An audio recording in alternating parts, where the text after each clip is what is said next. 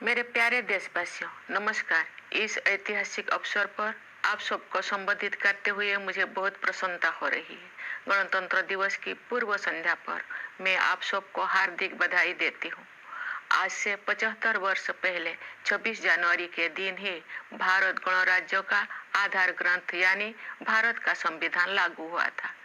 लगभग 3 वर्ष के विचार विमर्श के बाद संविधान सभा ने 26 नवंबर 1949 के दिन संविधान को अंगीकृत किया था।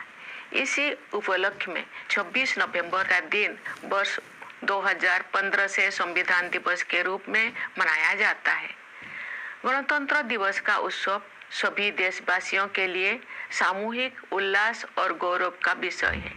ये कहा जा सकता है कि किसी राष्ट्र के इतिहास में 75 साल का समय पलक झपकने जैसा होता है, लेकिन मेरे विचार से भारत के पिछले 75 वर्षों के संदर्भ में ऐसे बिल्कुल नहीं कहा जा सकता है।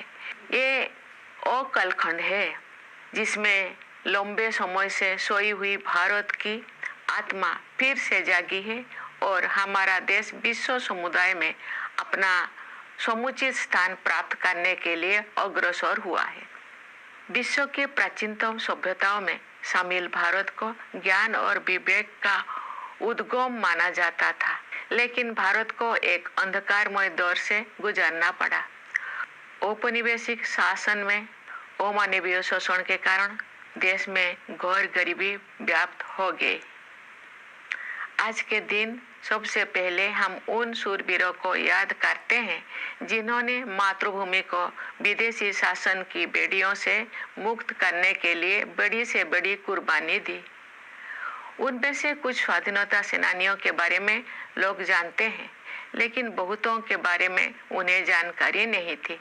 इस वर्ष हम भगवान बिरसा मुंडा की 150वीं जयंती मना रहे हैं।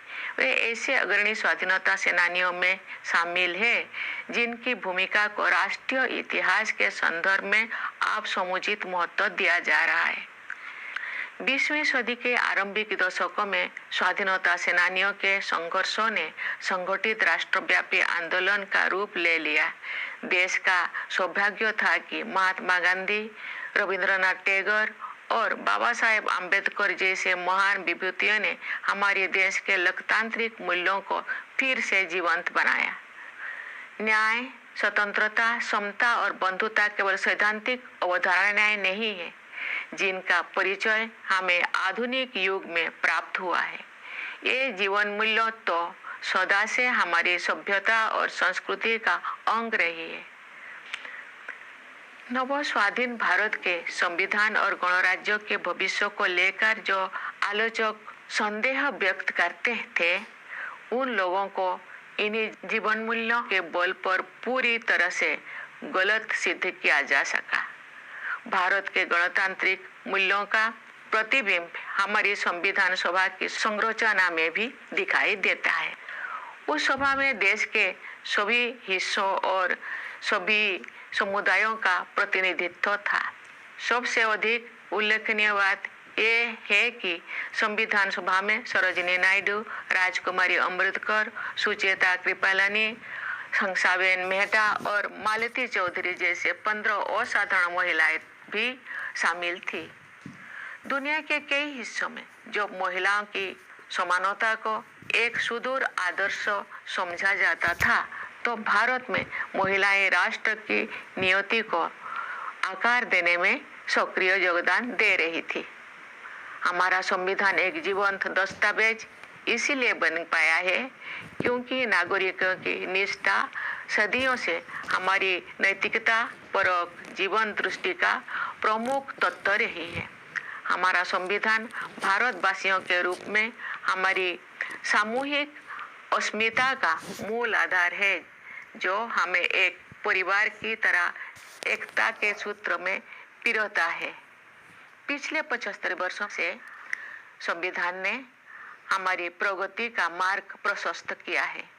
आज के दिन हम संविधान सभा के प्रारूप समिति के अध्यक्ष डॉक्टर भीमराव अंबेडकर, सभा के अन्य प्रतिष्ठित सदस्यों, संविधान के निर्माण से जुड़े विभिन्न अधिकारियों और ऐसे अन्य लोगों के प्रति अपनी कृतज्ञता व्यक्त करते हैं जिनके कठिन परिश्रमों के फलस्वरूप हमें ये विलक्षण ग्रंथ प्राप्त हुआ। प्यारे देशवासियों, संविधान लागू होने के बाद के ये 75 वर्ष हमारे युवा गणतंत्र की सर्वांगीण प्रगति के साक्षी है।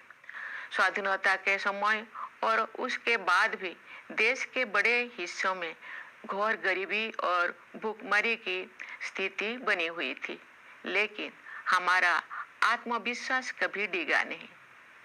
हमने ऐसे परिस्थितियों के निर्माण का संकल्प लिया जिनमें सभी को विकास करने का अवसर मिल सके।